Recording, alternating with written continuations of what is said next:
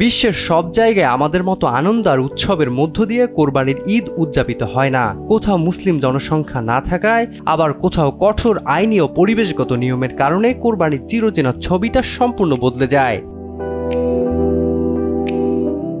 মুসলিম প্রধান দেশ হয়েও ইরানের ঘরের মাঠে বা রাস্তায় পশু কোরবানি দেওয়া সম্পূর্ণ বেআইনি।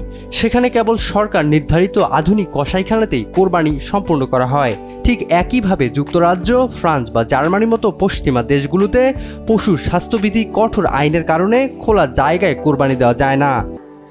স্যান্ডেলিনা সো, রূপচর্চায় আভিজাত্য। লাইসেন্স প্রাপ্ত কসাইখানা থেকে কোরবানি দিয়ে মুসলিমরা উৎসবের আনুষ্ঠানিকতা সারেন। এমনকি উত্তর আফ্রিকার মুসলিম দেশ মরক্কোতেও চরম খরা ও অর্থনৈতিক সংকটের সময় আইনি আদেশের মাধ্যমে পশু কোরবানি সামরিক বন্ধ রেখে মানবিক সহায়তার উপর জোর দেওয়া হয়েছিল।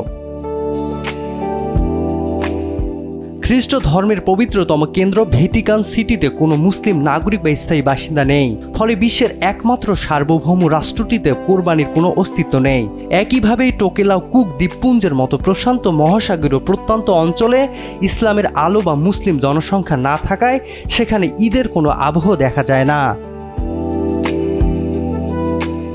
এই ভিন্নতা আমাদের শেখায় স্থান ও পরিস্থিতি ভেদে উৎসবের রূপ বদলালেও ত্যাগের মূল চেতনা সবখানেই এক। সালমান ইসলাম পলক, কালবেলা।